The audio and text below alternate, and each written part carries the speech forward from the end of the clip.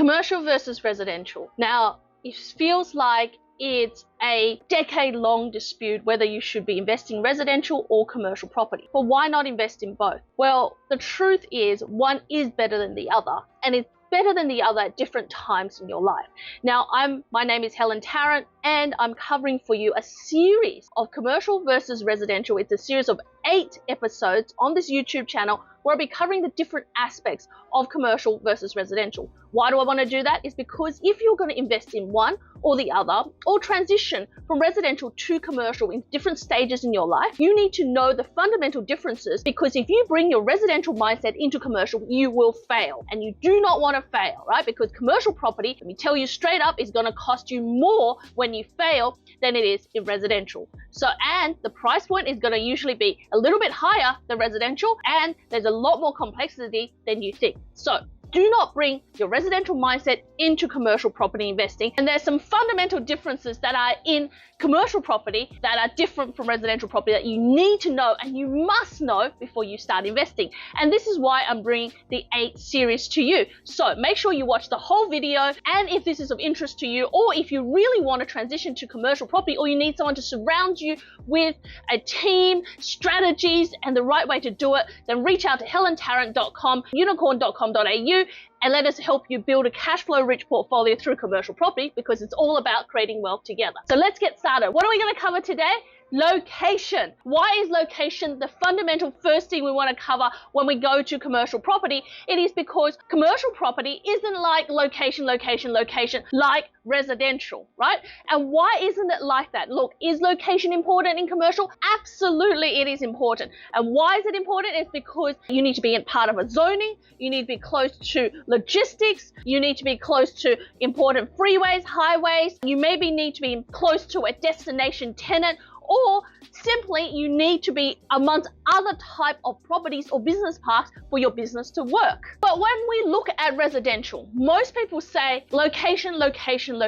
Why do they say that? It is because in residential, when you look at location, it is the key for capital growth, right? You need to grow your portfolio exponentially through residential property, and because when you grow it, because it's in a key location, someone will always want to buy it at a higher price compared to everyone else in the street, right? And that's why location works so much better in residential than it does in commercial. Also, location in residential means that you might be on a corner block, you might have a property that has zoning that allows you to develop, so you might be able to go up, or a zoning that allows you to make a large block into 2 smaller blocks, or potentially the location where it is going to be near a schools, a development for a hospital, or a shopping center. So the convenience of it will push the prices up of your residential property. Remember, residential property is about the future value of that property and how much that's going to grow because of that location, right? And as people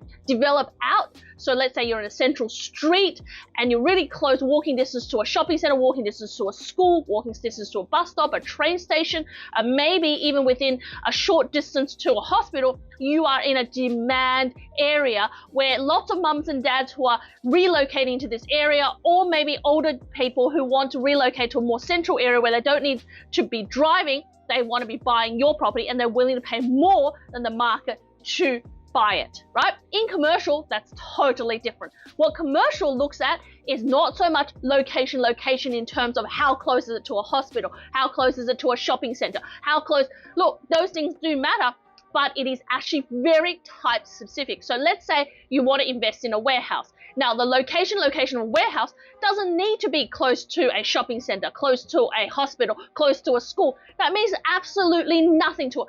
But what it does need to have is location close to its major freeways and roads. So is your warehouse in a business park where there is allowability for a turning circle? Is that business park located in a central area where it's rather like properties and tenants? So all going to be in that warehouse industrial type tenants, light or medium, depending on what type of property you're buying.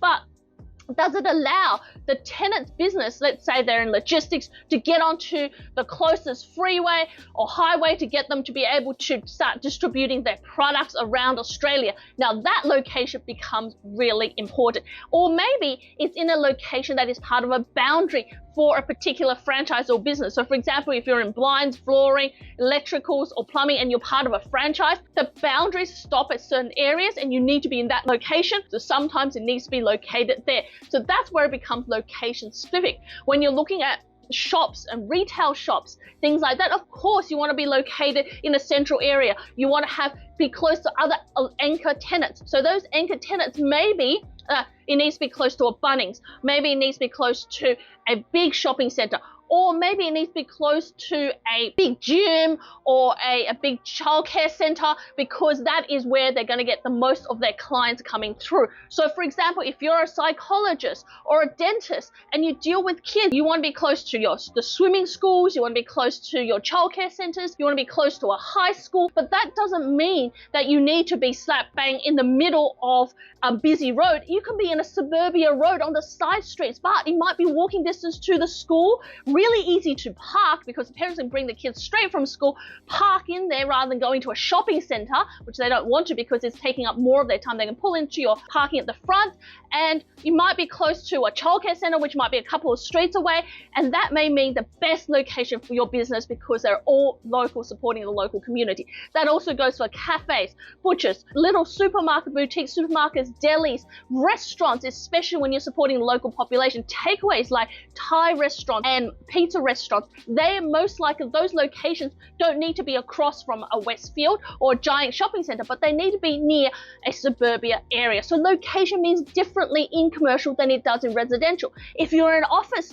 they want you to be in a central location. The office needs to be a central location where it's other like tenants. So you need to see, if you are a law firm, you want to be located in a A-class building or a B-class building where you've got other law firms, other financial planning firms, other accountants or psychology firms, but high professionals who can also pay the same rent you do, but also bring like tenants and traffic to your properties and your business. Because in commercial property, traffic is more important than location. So we're looking at location for residential. In commercial, the difference is traffic, that traffic flow, and the importance of location to your tenant's business. So those things will change as your tenants change. But in order to buy a property or invest in a commercial property that have evergreen longevity, you've got to consider what kind of like tenants you're going to continuously have in the future. So office spaces, where you locate, what kind of tenants are you going to continuously have? If you're going to have professional tenants, they're always going to be wanting to be in a central area with like type of tenants. So you're looking for like type of tenants to invest in that kind of building.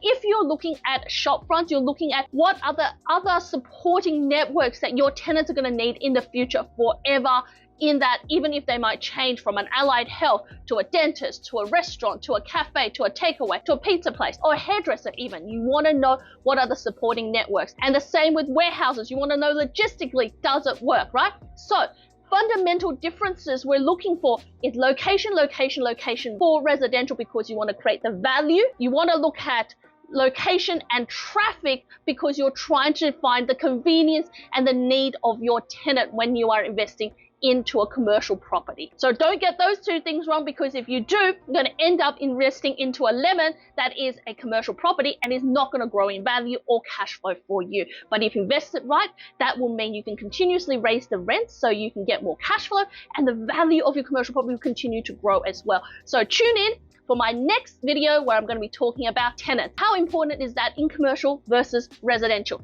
Now, if you're loving the video, please subscribe and hit the bell and tune into my other videos about commercial versus residential. But more importantly, reach out to us, helentarrant.com, unikorn.com.au, but join one of our events, get the book on Cashed Up Commercial, and really immerse yourself in commercial property, and let's build wealth together.